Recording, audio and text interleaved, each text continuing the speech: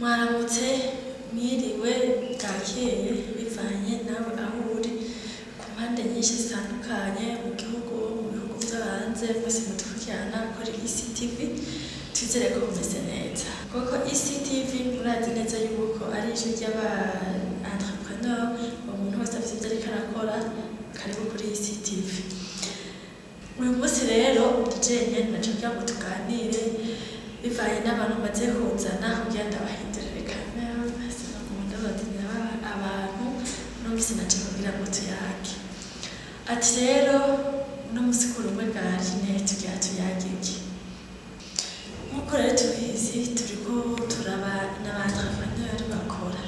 ubwa rero kugira ukore bisaba yuko ufise amagara meza kugira ugire amagara meza bisaba yuko wiyitaho gufungura neza nawe tuvuze gufungura neza ntituvuze kurya ibintu by'ibihayihayi ibintu nyene ngo by'igisirimu cyane oya mvuze gufungura neza ni gufungura indya zikwije ivyangombwa ifungurwa zirimo intanganguvu ndemamubiri na sanganyangaburo kugira ngo ugire ingufu zo gukora wowe entrepreneur uri ngaho wewe ukora akazi akariko kose kugira ukore ufise ingufu biragusaba kugira iki gufungura neza gufungura indya zikwije ibisabwa bijyanye n'amategeko nyamuca mubibona insanganyangaburo ndemamubiri ntanganguvu rero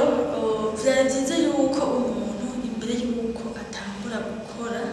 imbere yuko uja ku kazi mu gatondo biragusaba ko uja gukora wafunguye neza ukanywa amata ukarya n'ibindi ugafungura utwamwa dukeya ku bantu bashaka kuronka jambo nawe nyene ukayifungura ni vyiza mu gatondo ivyo sije ndabivutse nije muri uyu mwanya nije niko ndayivuga mugabo abahinga baravuga yuko ivyo bintu ari vyiza kubifungura mu gatondo kugira ushobore kugira umubiri umeze neza ukore neza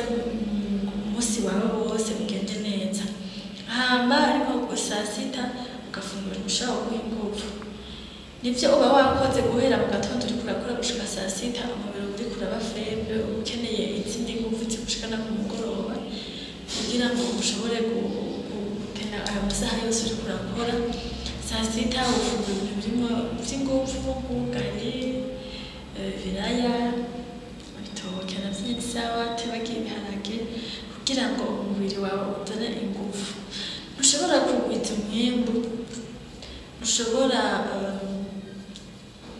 gukora cyane utafungiye umere neza wumve ko umubiri uriko urakora neza bisaba gusaba inguvu biragusaba inguvu gufungura neza kugira ngo ushobore gukora neza kugwiza umwimbu gukora inguvu zawe zose tugego nivyo uko wafunguye ugira inguvu ukamererwa neza umubiri ukaba afamba hama nawe ushobora gukora kugira tugwize umwimbu hama mw'ijoro urafungura ibintu bitaremereye gushira gusinzira neza mutibagira no kunywa amazi menshi kugira ngo imibiri yacu ironke ibintu byose umubiri uba ukeneye kuko mu vyo umubiri ukeneye ivyo n'abahinga d'après abahinga bamwe bamwe umubiri ugize ikintu ubura kimwe mu vyo ubwiriza kuba ukeneye haca habaho umubiri uraba faible kandi babaye faible ntaheza gukora ntaheza kugira inguvu utagize inguvu naho ntaheza gukora n'inguvu ugwize umwimbu bama entrepreneur wewe wese uriko urakora ubuzi bwose butandukanye wiyiteho gufungura neza kugira ngo ushobore gukora neza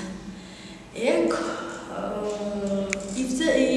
nashaka tuyaga no munsi cyane nico ingene umuntu ashobora gufungura kugira ngo ushobore gukora neza gukora uko yabitegekanije ko atwa ku munsi uri umuntu ese plan y'ingene uriko urakora ku munsi urategekanya tije ndashaka gukora ikintu ku munsi ushiramo n'umwanya wo gufungura kugira ntuze gufungura ngo ngiye gufungura ahantu hari ingezi ryoshe oya raba yuko niba uri muri sitasiyo tugiye gufungura fungura utuboga fungura utwamafungura ibintu biguha ingufu kugira ngo usubirize za nguvu wakoresheje avamenti. Yego kuri ICTV tuhacishije ibiganiro by'aba-entrepreneur wowe ufise ivyo uriko urakora wowe ufise ivyo ushaka kumenyekanisha turabibafasha kumenyekanisha ibyanyu byo muriko murakora tukabahuza ubwo uri umu-entrepreneur tukaguhuza n'umu-investisseur kugira ngo mushobore gukaraburana mukore neza. Hama kanabasezere kuri mikoro yari Aline Nambona ubu ndabazanira ibintu byinshi bitandukanye rero icyo ndabasaba kugira partage nyinshi musharinge kugira ngo ibyo tuyagira hano n'abandi babimenye. Yego mugire umunsi mwiza mugire umugoroba mwiza bivanye n'aho murana ikiganiro mugire igitondo ciza ushobora kurata kino kiganiro ari mu gatondo kanaho ndamwifurize umunsi mwiza ibikorwa byiza mwese aho muri turabakunda cyane abakunzi ba ICTV tubasaba gushare ibikorwa byacu.